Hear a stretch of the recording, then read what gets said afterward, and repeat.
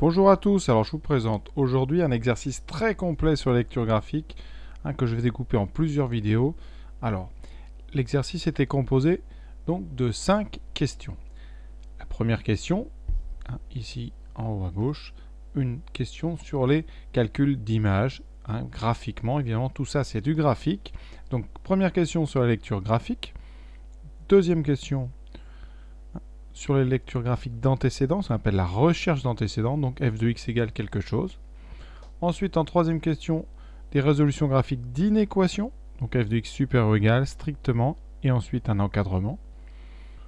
En quatrième question, je propose les maximums, minimums et les tableaux, donc tableau de variation et tableau de signes. Et en cinquième question, des questions un petit peu plus pointues sur la recherche d'antécédents, quel nombre a deux antécédents, trouver un nombre qui n'a pas d'antécédents. Donc je développerai dans chaque vidéo un petit peu les points importants. Et donc je vais vous mettre les liens tout de suite. Je vais afficher les liens qui mènent à chaque vidéo pour que vous alliez à l'endroit qui vous intéresse. Donc je répète, première vidéo ici pour la question lecture d'image. Deuxième, recherche d'antécédents, résolution d'inéquation, tableau de variation et signes. Et cinquième, donc question plus pointue sur les antécédents. Donc à vous de choisir ce qui vous intéresse. En ce qui me concerne, je vais juste parler dans cette vidéo de cet intervalle ici, moins 6, 9. Ici, qu'est-ce que ça signifie? Un petit peu détailler les points importants. Qu'est-ce qu'il faut savoir quand on vous donne la courbe d'une fonction, quels sont les axes, etc. Donc comment détermine-t-on cet intervalle moins 6, 9 si on ne vous le donne pas? Tout de suite, je vais faire un autre exemple, et comme ça on refera celui-là pour retrouver ce moins 6, 9. Donc voilà. Alors dans cet exemple, je vous donne une courbe ici, et on va essayer de trouver quel est l'ensemble de définitions. Alors l'ensemble de définitions, d'après le cours, c'est l'ensemble des valeurs de x pour lesquelles on peut calculer les images. Alors il faut savoir que les x, ça se lit sur l'axe des abscisses. Donc l'ensemble de définitions va se lire sur l'axe horizontal. Pour ça, vous allez projeter toute la courbe sur l'axe. Ça veut dire qu'ici, chaque point de la courbe, vous allez l'envoyer sur l'axe. Vous allez essayer de trouver quel intervalle vous allez trouver. Et ici, vous voyez, on va trouver toute une zone entre moins 1 et 4.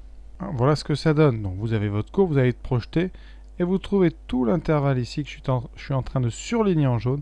Voilà, toute cette zone-là va être atteinte par projection par la courbe verte. Donc on projette sur l'axe horizontal et on va noter toutes les abscisses qui sont concernés justement par ce surlignage jaune ici, donc de moins 1 jusqu'à 4. Donc la fonction que je viens de vous donner ici va être définie de moins 1 jusqu'à 4.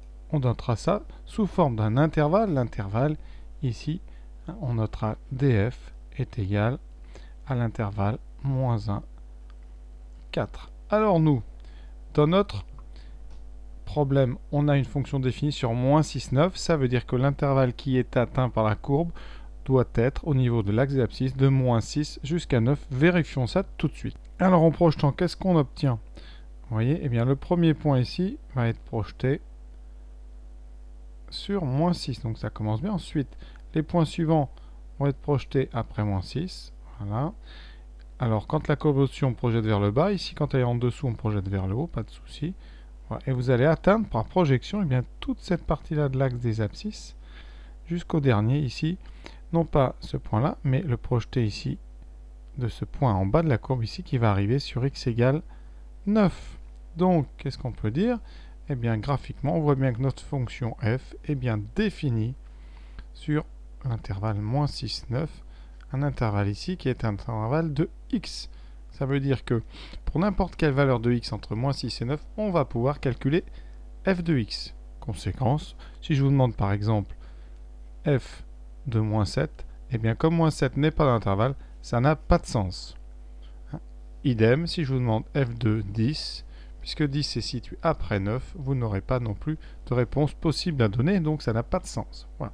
Par contre, si je vous donne n'importe quel entier entre moins 6 et 9, vous pourrez, à l'aide de cette courbe, donner son image.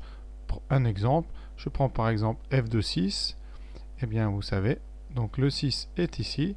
Pour lire, on va chercher le point de la courbe qui est au-dessus, et on va lire l'ordonnée de ce point ici, on va trouver f de 6 égale à 2. Mais c'est un autre problème, c'est ce que je vous propose de découvrir dans la première vidéo, celle de la correction de l'exercice numéro 1. Enfin, de la question numéro 1 de cet exercice. La lecture d'images.